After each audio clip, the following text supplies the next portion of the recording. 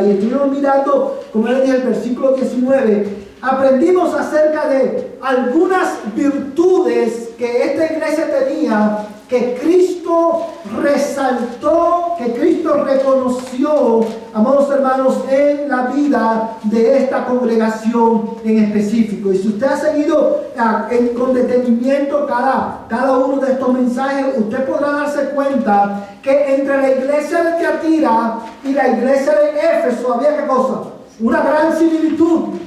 Era una de las iglesias, hermanos, que más activas estaban en la obra del Señor. Era una iglesia, estas dos iglesias eran una de las más activas en el ministerio de ser testigos de Cristo en medio de tantas tinieblas y tanto pecado alrededor de ellos.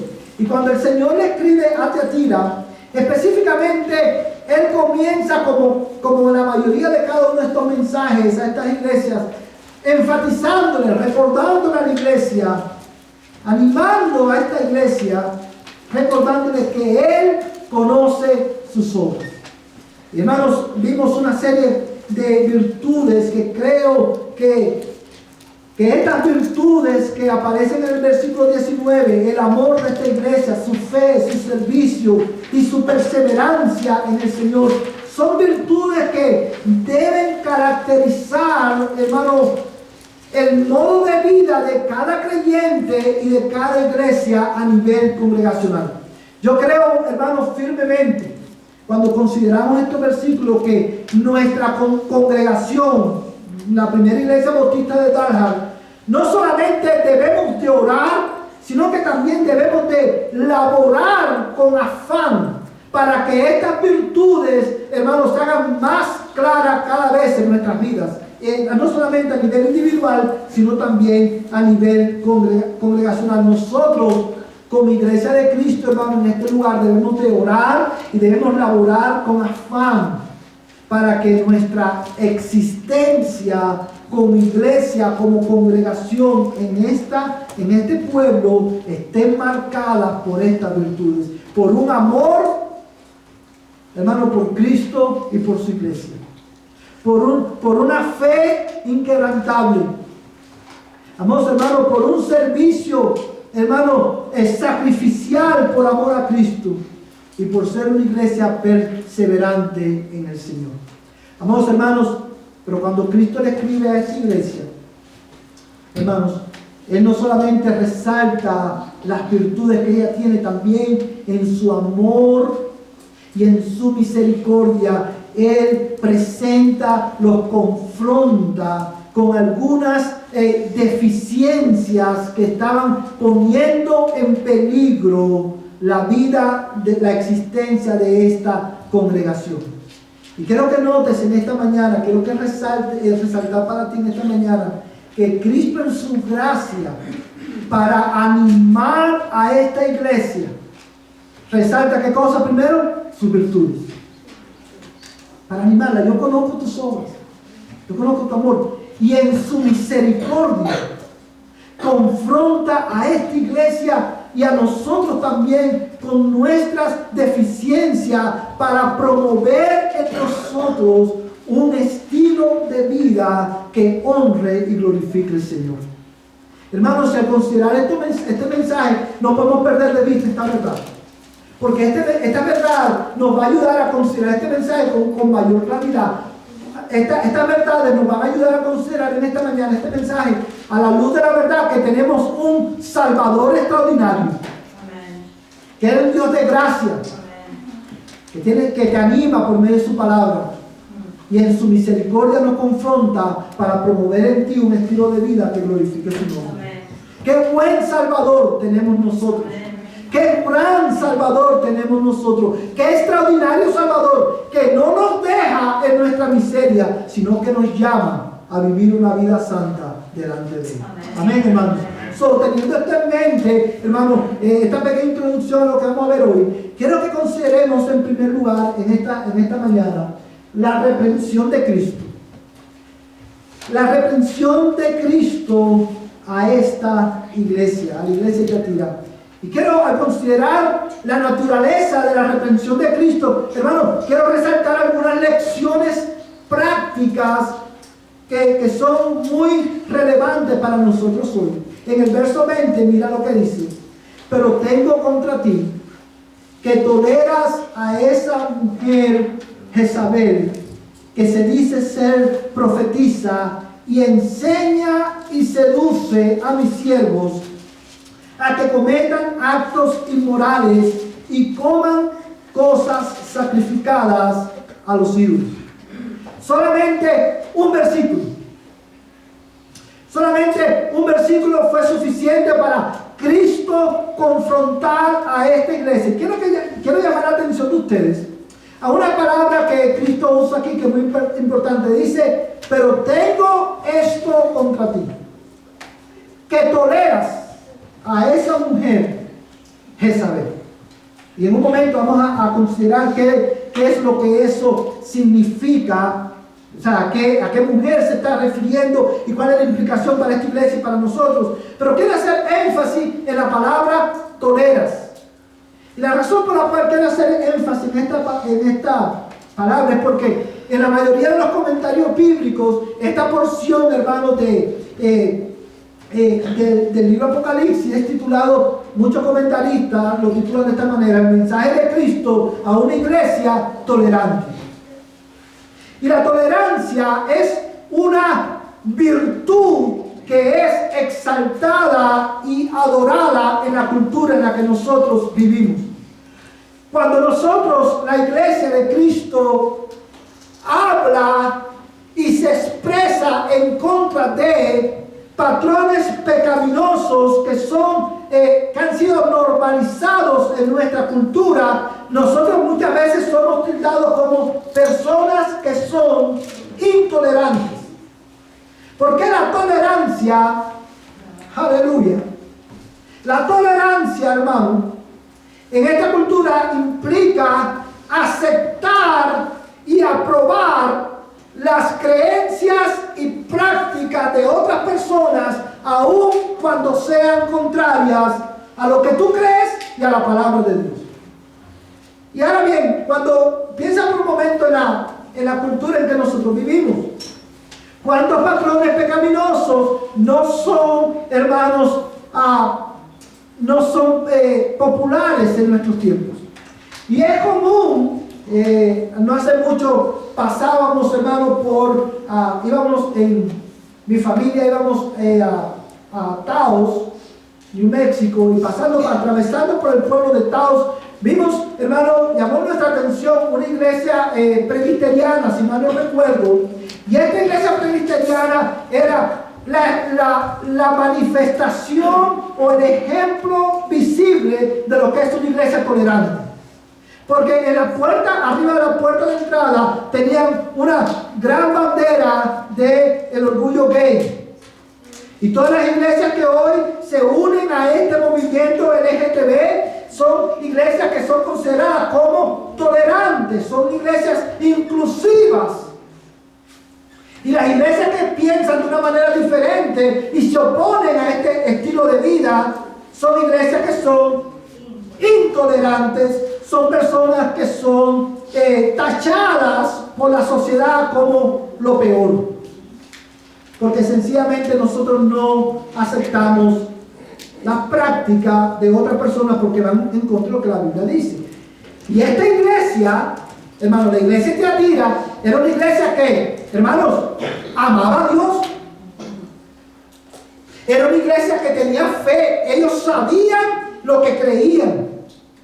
Ellos sabían, amados hermanos, en quién creían y a quién proclamaban. Esta era una iglesia, hermano, que perseveraba en medio de tanta adversidad. Usted recordará que cuando mencionábamos hace 2 domingos atrás, en Tiatira había asociaciones ¿de qué?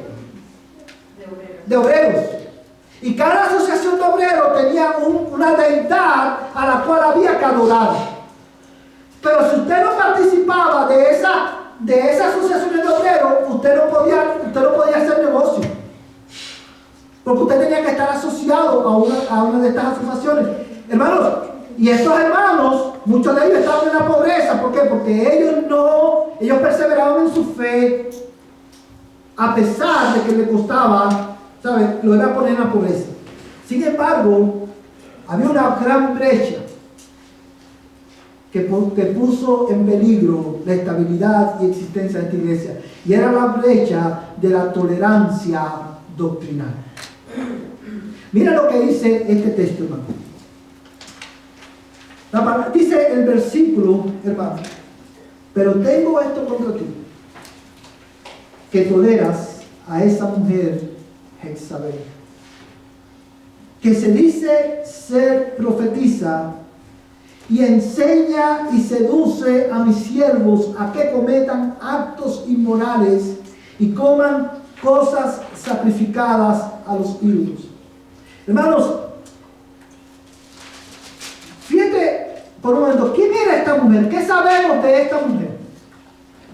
Hermanos, cuando la Biblia habla y Cristo la llama Jezabel, eso no significa, hermano, que esta mujer se llamaba Jezabel, sino que Cristo está usando el nombre de una mujer del Antiguo Testamento cuyo ministerio malvado llevó a los hijos de Israel a cometer actos inmorales y a practicar la idolatría. Y ahí vamos a ir un momento. Pero de esta mujer también sabemos, no sabemos su nombre. Cristo la identifica como esta mujer del Antiguo Testamento, Jezabel.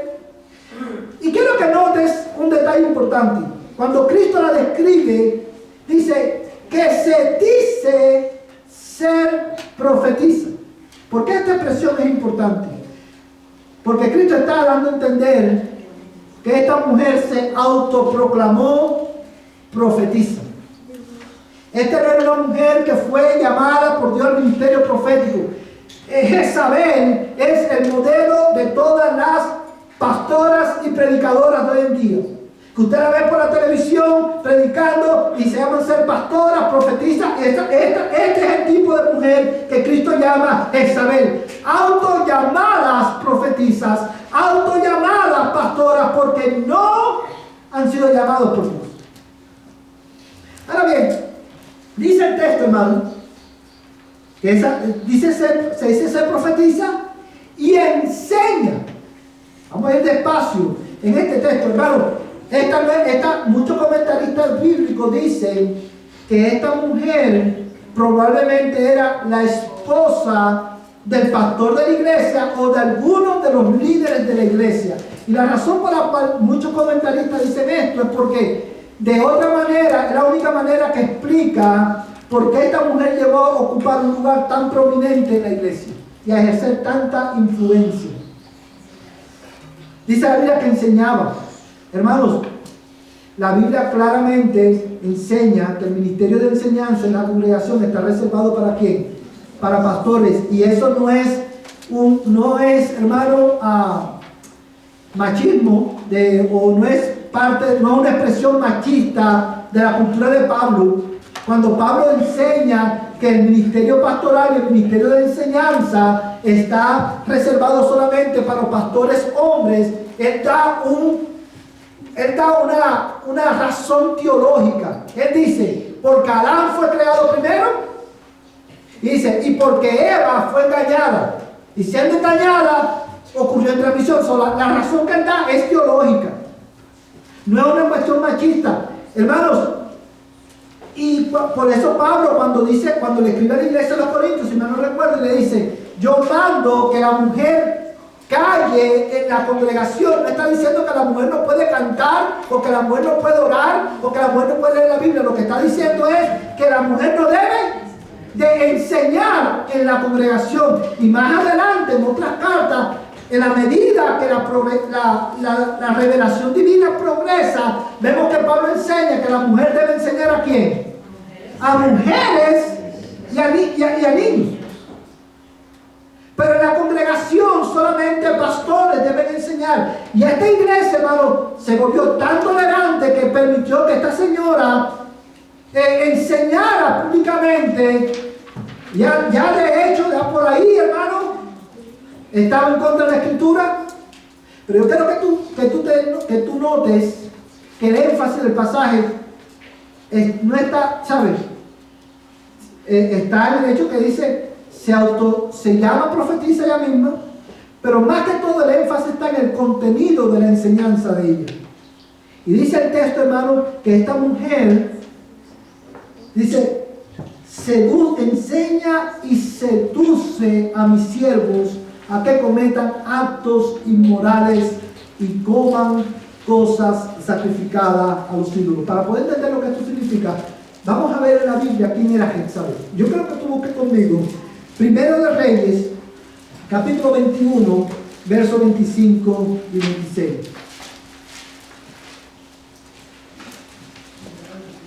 Primero de Reyes, capítulo 21, versos 25 al 26.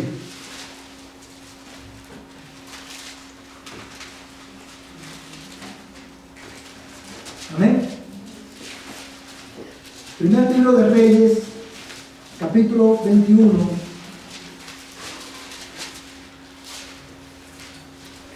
versos 25 y 26.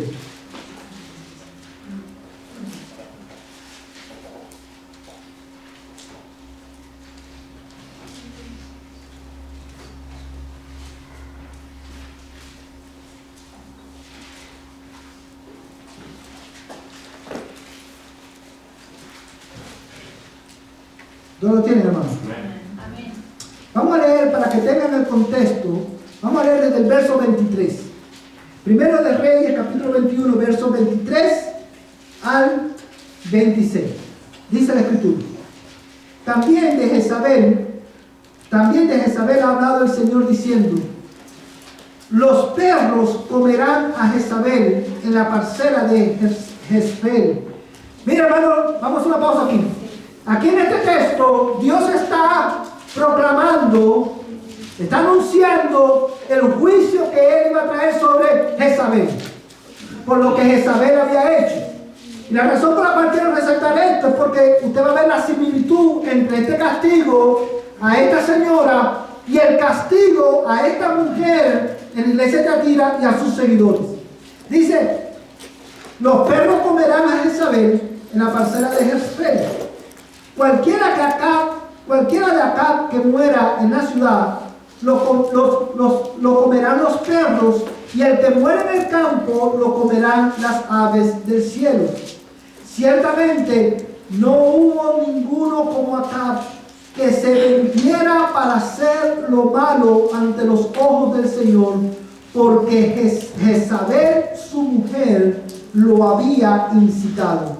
Su conducta fue muy abominable, pues fue tras los ídolos conforme a todo lo que habían hecho los amorreos, a los que el Señor había echado de delante de los hijos de Israel. Fíjate este panorama.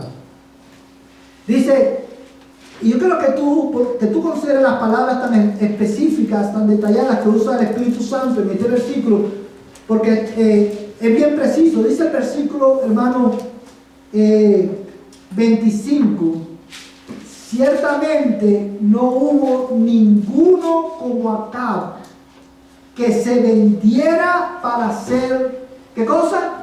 Lo malo. ¿Por qué Acab se vendió?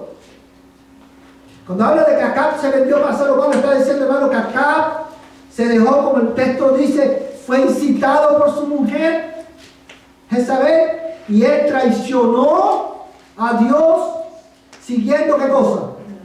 La idolatría. Dice, y el verso 26 describe: su conducta fue muy abominable, pues fue tras los ídolos conforme a todo lo que se había hecho, lo que habían hecho los amorreos. Hermanos, ¿sabe cuál fue la incitación de Jezabel? Jezabel incitó a Acab a traicionar a Dios, al Dios de Israel, para adorar y practicar la religión idolátrica de los amorreos. Ella incitó, hermano, y esta palabra incitar es bien interesante, porque es precisamente lo que Satanás hace cuando tienta al creyente. O sea, cuando nosotros somos tentados por Satanás, no es que Satanás entra en el creyente o domina el creyente y lo obliga a pecar. La Biblia es clara con relación a eso. Satanás, cuando tiende al creyente, lo que hace es, ¿qué cosa? Lo incita. Y a mí siempre me gusta poner este ejemplo. Es cuando, por ejemplo, no sé cuántos ustedes han tenido la oportunidad de cocinar con carbón. ¿Verdad? ¿Cuántos han tenido esta oportunidad de cocinar con carbón? Cuando el carbón está, las llamas del carbón se están apagando, ¿qué hacemos, hermano? Lo soplamos, le echamos aire. ¿Para qué? Para incitar la llama. Satanás lo que hace es soplar, incitar la llama de rebelión que hay en nosotros. Y esa llama de rebelión se apaga progresivamente en la manera que somos santificados y en la manera que somos expuestos a la palabra de Dios. La palabra de Dios, hermano, la clara y suficiente palabra de Dios, es el agua que apaga esa llama de rebelión que hay en nosotros. Pero Satanás lo que hace, ¿qué cosa es? Le incita. Y muchos comentan, hermano, que quizás la incitación se debía al hecho de que Jezabel hizo que Acab, le presentó a Acab los beneficios temporales de adorar a los dioses de los amorreos. Y la razón por la cual me inclino a pensar que es eso, es precisamente por el ejemplo o por lo que dice Jesucristo en la iglesia de Tiatira. Dice que seduce a mis siervos a cometer actos inmorales y a comer comida sacrificada a los ídolos, porque lo que Jezabel estaba haciendo, esta señora en el Nuevo Testamento, en la iglesia de Tiatira, lo que estaba haciendo era incitando, y fíjate cómo dice el Señor, a mis siervos. Estos eran cristianos, hermano, incitando a mis siervos a comer cosas sacrificadas a los ídolos, porque lo que ella estaba incitando era a participar de las fiestas idolátricas, de las asociaciones de obreros, para que ellos pudieran, ¿qué cosa? Vender. Y suena algo como esto. Dios entiende. Oye, tú tienes que mantener tu familia. Y Dios entiende eso. Mira, lo que importa, y esta expresión a nosotros nos gusta mucho, lo que importa es el corazón. Dios sabe lo que tú crees. Dios sabe que tú crees que Él es el único Dios, que quiere que tú comas de esa comida. Es solamente comida.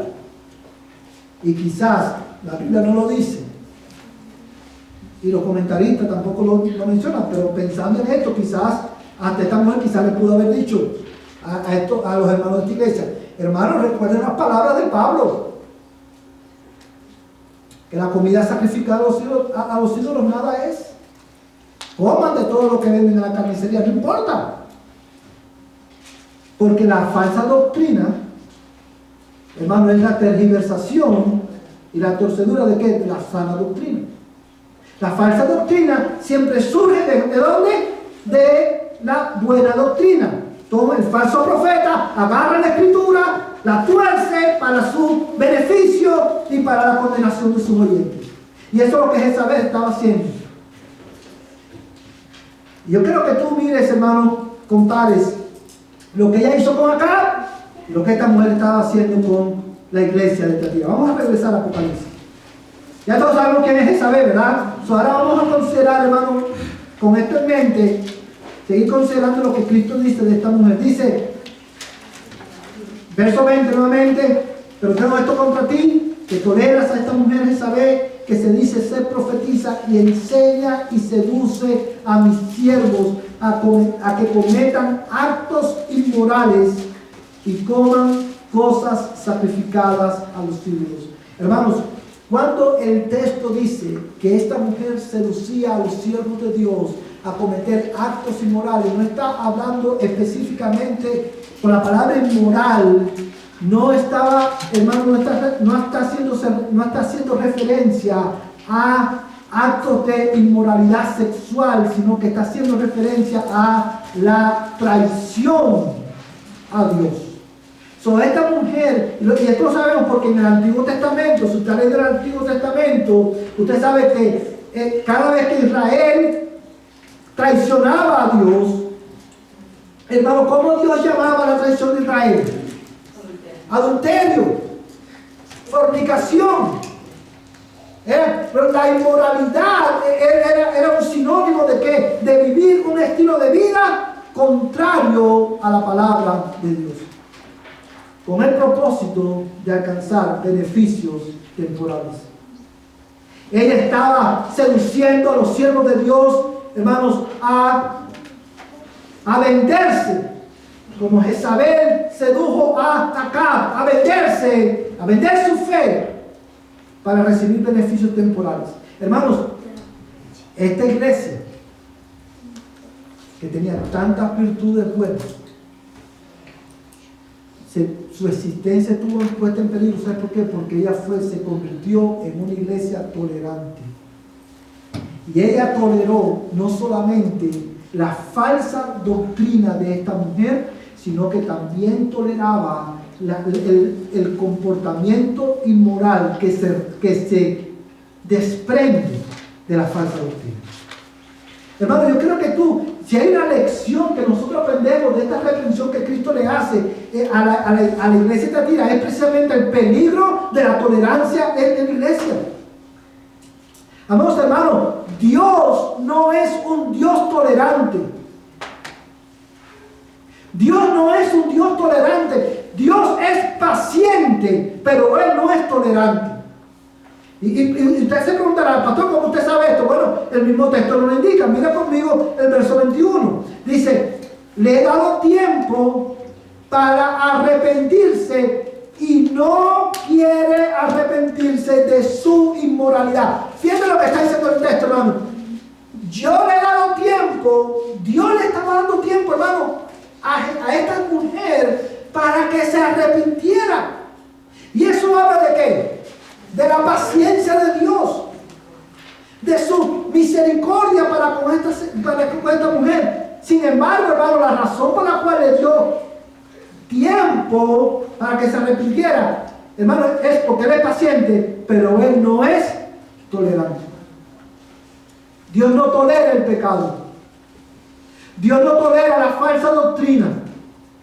Porque la falsa doctrina, hermanos, empaña la gloria del nombre magnificente de Dios. La falsa doctrina distorsiona la naturaleza de Dios delante del pueblo de Dios o entre el pueblo de Dios. Dios es un Dios intolerante con el pecado. Dios es un Dios intolerante, hermano, con la falsa doctrina. Por lo que acabo de decir y por los efectos de la falsa doctrina en la iglesia. Hermanos, yo quiero que tú consideres en esta mañana el hecho de que a Cristo le importa no solamente cómo vivimos, sino que también a Cristo le importa lo que nosotros creemos. La pureza doctrinal de la iglesia es un aspecto indispensable de la vida cristiana. A Cristo le importa. Por eso nosotros tenemos que tener cuidado con lo que oímos.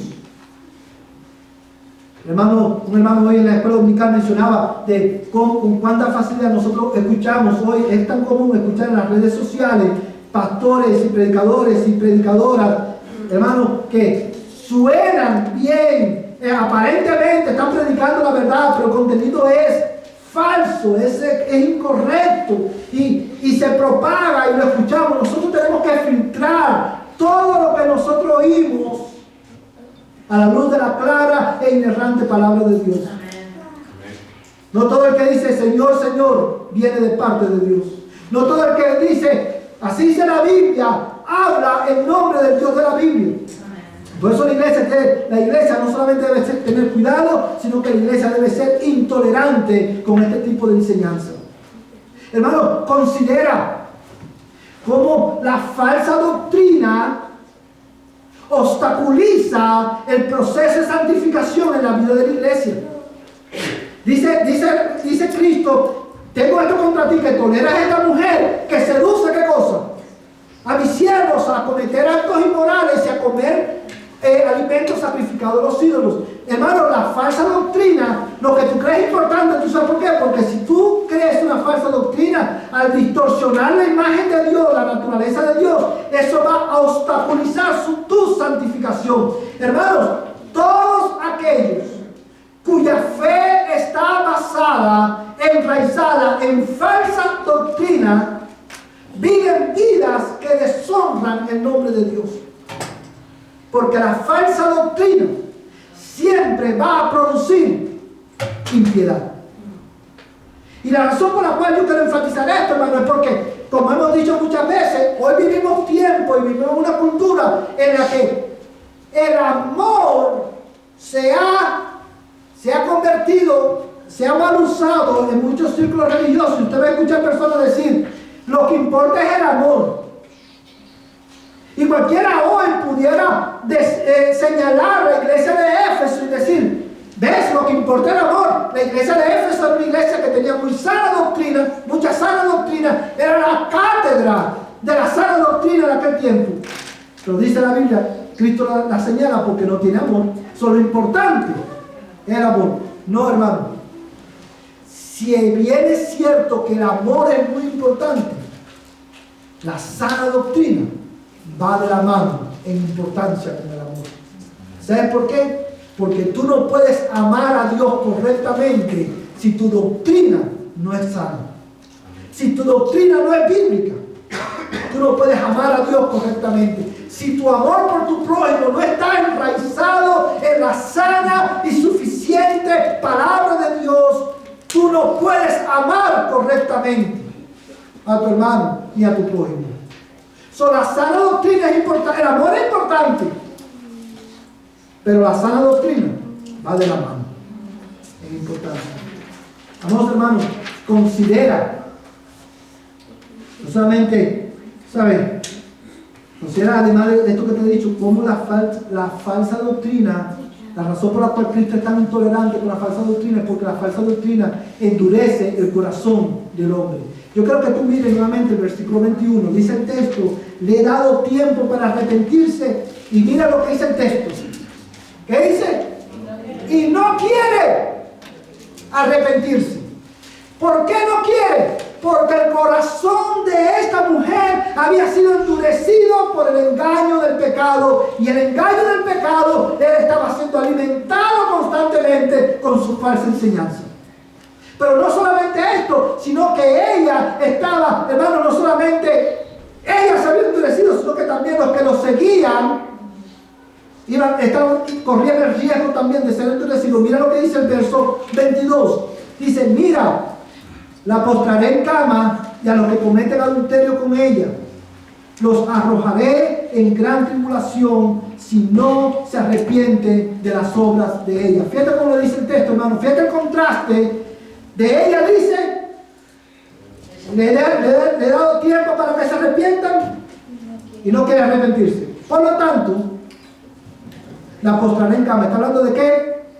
Del juicio de Dios sobre esta mujer, como mismo Dios juzgó a Jezabel, que dijo, los perros se la comerán. Él dice, yo la postraré en cama, yo traeré juicio sobre ella. ¿Por qué? Porque no quieren arrepentirse. ¿Por qué? Porque como leímos en Gálatas, Dios no puede ser burlado. Pero fíjate el contraste. Dice, y a sus hijos, dice, y a los que cometen adulterio con ella, a los que traicionan, a los que siguen sus pasos, dice, los arrojaré en gran tribulación si no se arrepienten de las obras de ella. Estos que adulteraban con ella, hermano, estaban corriendo el peligro de que, de llegar a ese punto de que para ellos tampoco iba a haber arrepentimiento. Y el texto continúa diciendo, y a sus hijos. ¿Quiénes eran sus hijos? No está hablando de hijos físicos, sino sus seguidores, los que habían completamente abrazado las enseñanzas de esta mujer. Hermanos, considera el peligro y la gran brecha que abre la falsa doctrina en la vida de la iglesia. Ahora, esto también nos enseña la importancia que tiene, hermanos, y esta es una lección práctica para nosotros, la importancia que tiene la disciplina eclesiástica en la iglesia.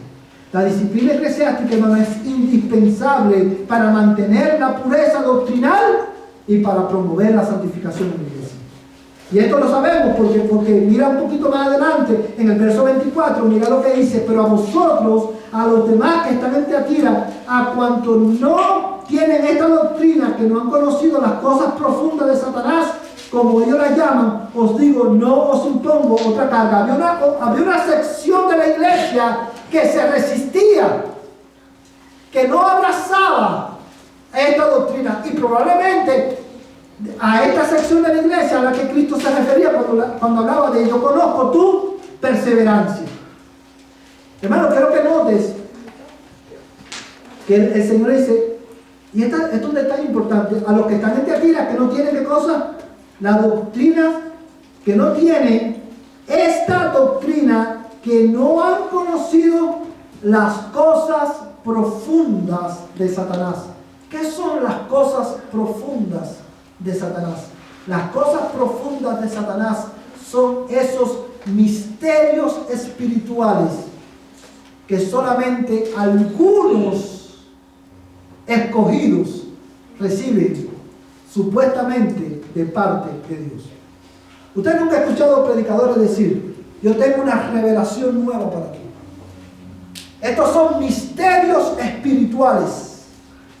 Esa expresión no te suena en los oídos. Hay que estar 38, 40 horas de ayuno, porque estos son misterios espirituales que hay que discernir en el espíritu. No todos lo tienen. Hermanos amados, hay misterios espirituales.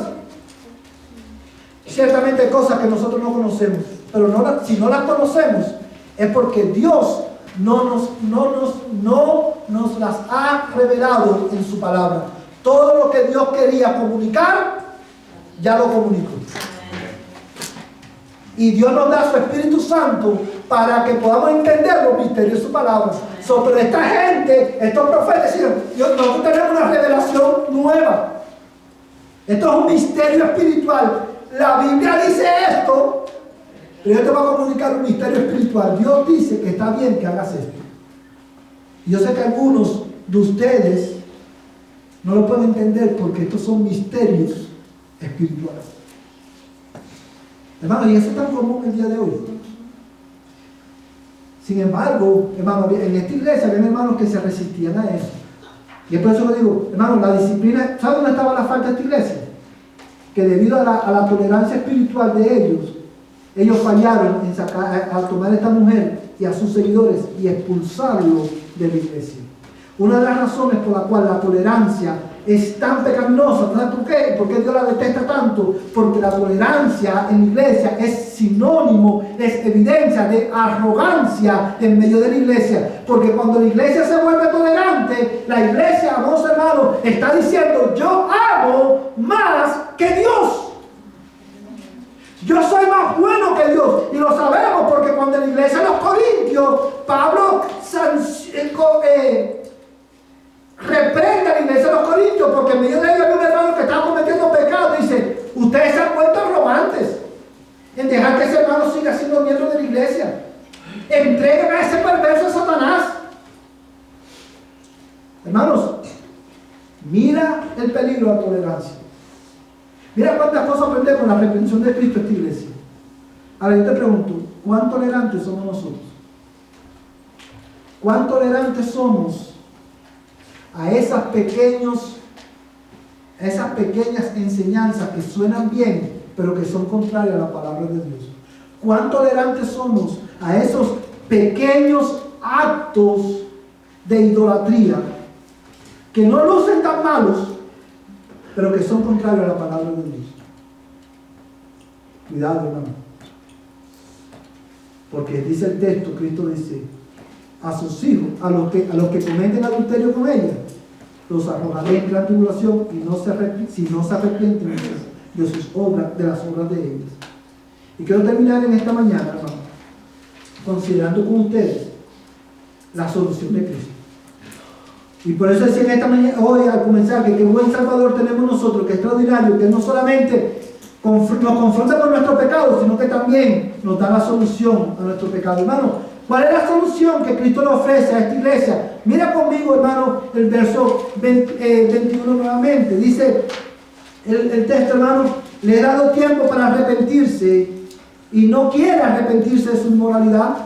Mira, la postraré en cama, y a los que cometen adulterio con ella los arrojaré en gran tribulación, si no se arrepienten de las obras de ella. Verso 23. Y a sus hijos mataré con pestilencia, y todas las iglesias sabrán que yo soy el que escudriña las mentes y los corazones, y os daré a cada uno según sean vuestras obras. Hermanos, la primera solución que Cristo le da a la iglesia, a esta iglesia de Tiatira, que se había vuelto tolerante, ¿cuál era? Arrepiéntete. Arrepiéntete de tu pecado. Arrepiéntete de tu tolerancia espiritual, de falsa doctrina. Y arrepiéntete de tu tolerancia de estilos de vida que son inconsistentes con la palabra de Dios. Hermanos, la solución efectiva de Cristo a la tolerancia, ¿cuál es? Arrepiéntete. Y esta es la buena noticia. Que como mismo Dios le dio la oportunidad a esta mujer de arrepentirse, Dios te está dando la oportunidad a ti en esta mañana que tú te arrepientas. A ti que toleras patrones pecaminosos que nosotros consideramos aceptables como pornografía, adulterio, fornicación, la negligencia espiritual. Nosotros que somos tolerantes a pecados como el chisme, el brete, la mentira, Dios te está dando tiempo a que tú te arrepientas. A ti que estás sentado en este templo, bajo este lugar, que domingo tras domingo escucha la palabra de Dios, pero fallas en ajustar tu vida a la enseñanza de la palabra de Dios, a ti Dios te está dando tiempo, te está dando la oportunidad a que hoy te arrepientas. A ti que te seduce, que te deleitas en escuchar predicadores y predicadoras en la internet, en las redes sociales que predican un evangelio diferente, pero te hacen sentir bien emocionalmente. A ti Dios te da tiempo hoy, te está dando la oportunidad a que tú te arrepientas. Y en nombre de Cristo te llamo hoy, arrepiéntete. Iglesia, arrepiéntete. Y Cristo, este llamado, esta solución, hermano, la respalda con una verdad. Dice, y todas las iglesias sabrán que yo soy, ¿qué cosa? Que escudriño el corazón y que doy a cada uno según sus obras. Dios conoce tu corazón. Dios no solamente conoce nuestras buenas obras, o nuestras obras de obediencia, Él conoce la mala intención de nuestros corazones. Hermano, tú y yo podemos engañarnos unos a otros, pero a Dios no podemos engañarnos, porque Él es, aleluya, Él es el que tiene ojos como llamas de fuego, que escudriña hasta lo más profundo de tu corazón. Tu pecado, mi pecado, está expuesto delante de Él. Por eso es imperativo que tú y yo hoy nos arrepintamos de nuestra tolerancia. De la tolerancia a la frialdad espiritual.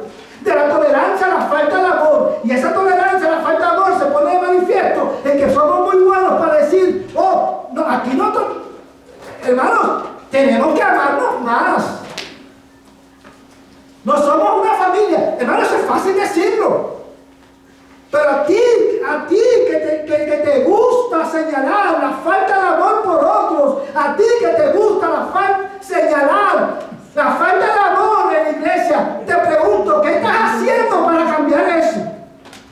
Si tú solamente señalas, tú eres una persona que te ha vuelto tolerante a la falta de amor. Y si no, Dios hoy te está dando lugar y tiempo para que te arrepientas.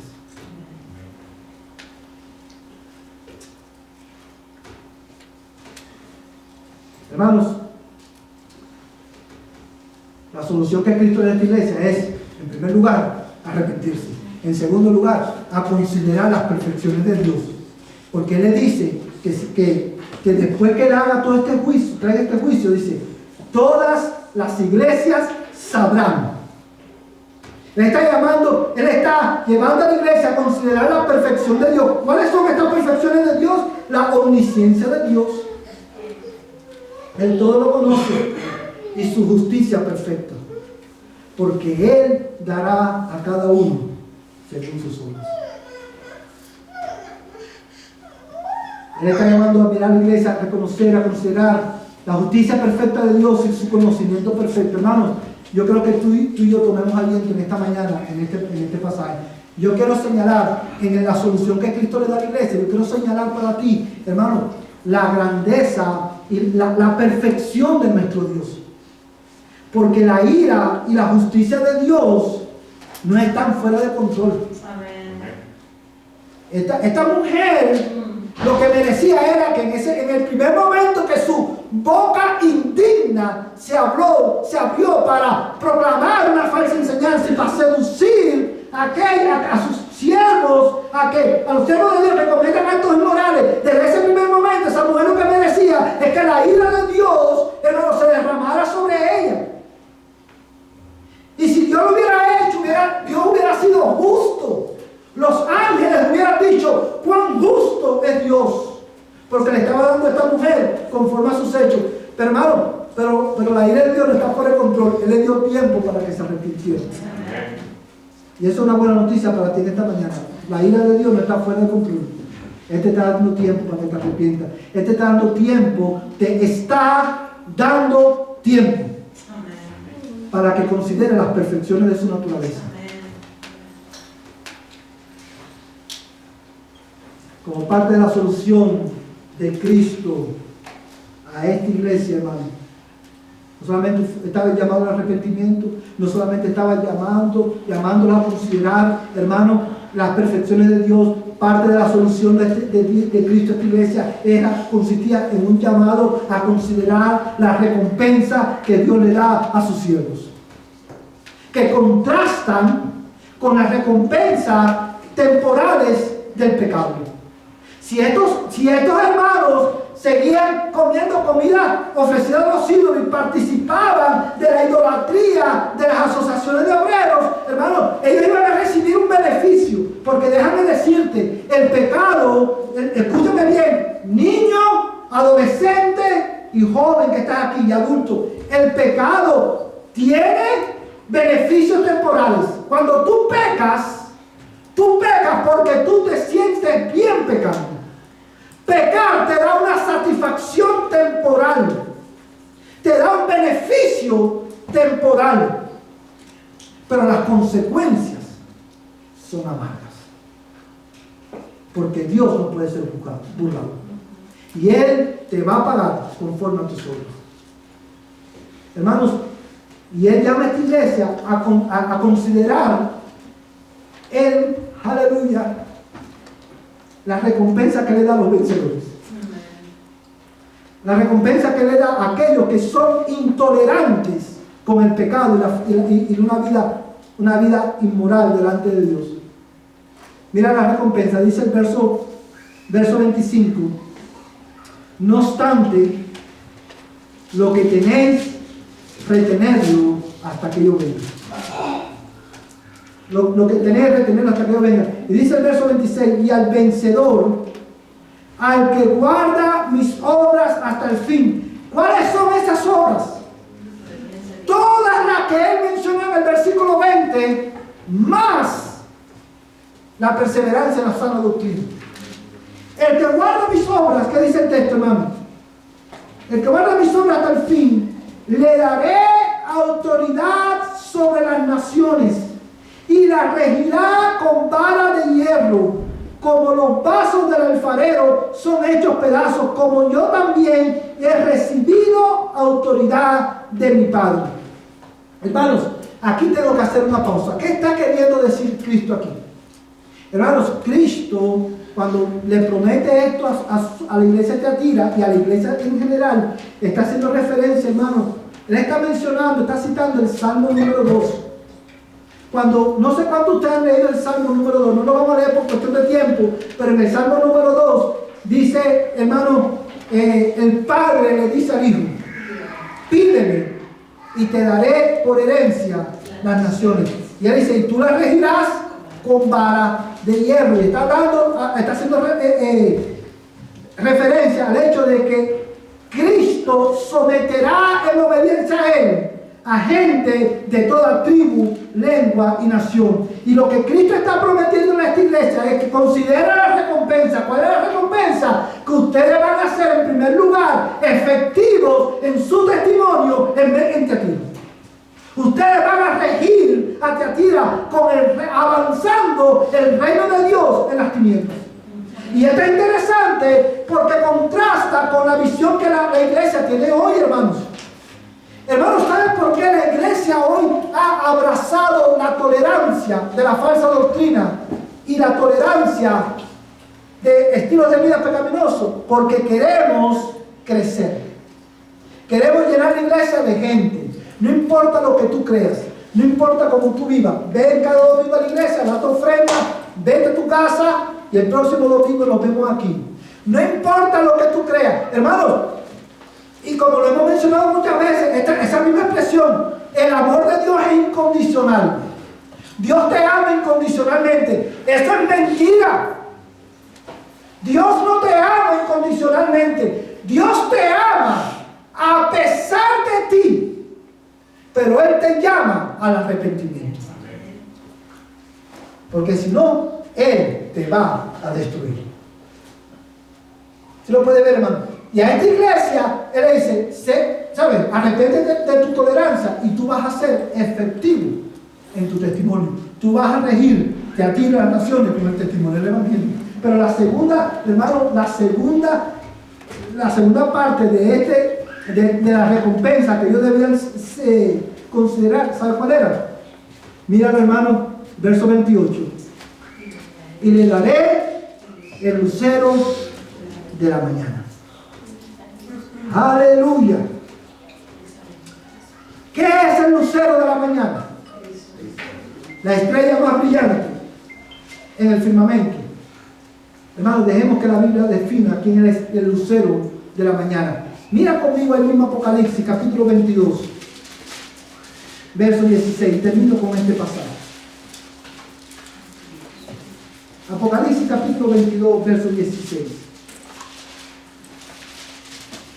¿Todo lo tiene, hermano? Amén. Dejemos que la Escritura interprete la Escritura. Dice, verso 16, yo, Jesús, he enviado a mi ángel a fin de daros testimonio de todas estas cosas, de estas cosas para las iglesias.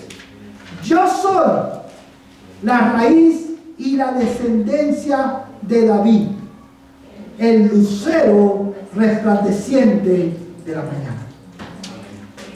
Hermano, la recompensa de los intolerantes es Cristo mismo. Él es la piedra de gran precio. Y cuando está diciéndole, él es la perla de gran precio, cuando Él le dice, yo le daré el lucero en la mañana, lo que está diciendo es, amados hermanos, lo mismo que Él le dijo a sus discípulos antes de ser crucificado, cuando le dijo, no se turbe vuestro corazón, creed en Dios, creed también en mí. En la casa de mi Padre muchas moradas hay. Si así no fuera, yo os lo hubiera dicho. Voy pues a preparar lugar para vosotros y vendré y os tomaré para que ustedes estén donde yo estoy. Cuando Él le dice a la iglesia de Tiatira, les daré el lucero a la mañana, lo que le está diciendo es, yo soy la recompensa de ustedes. Amén. Hermanos, y eso se dice fácil. Pero Cristo mismo, el Hijo eterno de Dios, el Creador, aquel que de Él, por Él y para Él son todas las cosas, dice, yo soy tu recompensa. Esta recompensa sobrepasa las recompensas temporales y miserables de este mundo. Hermano, toda la gloria de este mundo Y toda la satisfacción temporal del pecado, aunque el pecado te dé 100 años de satisfacción, eso es nada en comparación con la satisfacción que se deriva de poseer a Cristo. Amén. Y disfrutar eterna comunión con Él. Yo quiero terminar con esto. En la iglesia, alguien me preguntaba en esta semana, ¿cuál es el punto de vivir? ¿Cuál es el punto de ser fiel y de vivir? Si al final vamos a morir. El punto de vivir y ser fiel mientras vivimos es que al final de nuestros días nuestra recompensa es Cristo. Amén. Iglesia, sé fiel. Arrepintámonos en esta mañana. Pídele a Dios que Él abra tus ojos para que puedas conocerle más. Iglesia de Cristo, seamos fieles en mantener la doctrina, porque esa es la única manera de ser efectivos en nuestro testimonio aquí en Dallas. Seamos fieles en mantener nuestro estilo de vida, un estilo de vida consistente con la palabra de Dios, porque esa es la manera en que Dios, a través de nosotros, va a mostrar al mundo el poder del Evangelio, y de esa manera regiremos a la con mano de Dios. Amén, hermano. Y a ti que estás aquí en esta mañana, que no eres cristiano, Dios a ti también te ha dado tiempo para que te arrepientas. Dios, tú estás aquí en esta mañana porque el Dios eterno te está dando tiempo a que tú te arrepientas. Arrepiéntete de tu pecado. Arrepiéntete de tu rebelión. Cree en el Señor Jesucristo, quien murió por tu pecado, fue enterrado y resucitó victorioso al tercer día. Y si tú te arrepientes y crees en Él también te dará el lucero de la mañana. Él también te dará la recompensa que da prometido a los que le dicen. Ven a Cristo hoy, arrepiéntete y cree. Y aquellos que seducen a otros a rebelarse contra Dios, aquellos que quizás pudieran estar aquí en esta mañana, que seducen a otros a murmurar y a rebelarse contra Dios, a ti también Dios te está dando tiempo en esta mañana. Arrepiéntete, porque si no te arrepientes, Dios te va a postrar en cambio. Pero hoy es el día de arrepentimiento. Ven a Cristo en arrepentimiento y fe. Hermanos, abracemos la solución de Cristo. Vamos a ponernos en pie y vamos a terminar en oración. Si tú quieres saber cómo tú puedes tener una relación con Dios por medio de Cristo, habla conmigo después del servicio. Podemos sentarnos o podemos programar una cita para explicarte con más detalle. Pero no te vayas hoy de aquí sin arrepentirte de tu pecado y de creer en Cristo para la salvación de tu alma. Padre, en esta mañana te damos gracias por tu palabra. Gracias, Señor, por las verdades que tú nos has comunicado en ella. Gracias por tu redención y gracias, Señor, por ofrecer una solución efectiva a nuestra deficiencia. Yo quiero rogarte en el nombre de Jesucristo que tú nos des corazones humildes para no solamente escuchar y atesorar tu palabra, sino también para ponerla en práctica. Guíanos al arrepentimiento. Guíanos a la obediencia. Guíanos al amor y a la santificación de nuestras almas. Señor, te lo ruego en el nombre de Jesús. Y hoy oramos de esta manera con confianza. Señor, por la promesa y las verdades que tú nos has revelado en el Salmo 23. El Señor es mi pastor, nada me faltará. Tú nos has dado, oh Dios, los recursos que necesitamos para vivir en obediencia a tu palabra. Pastorea nuestras almas.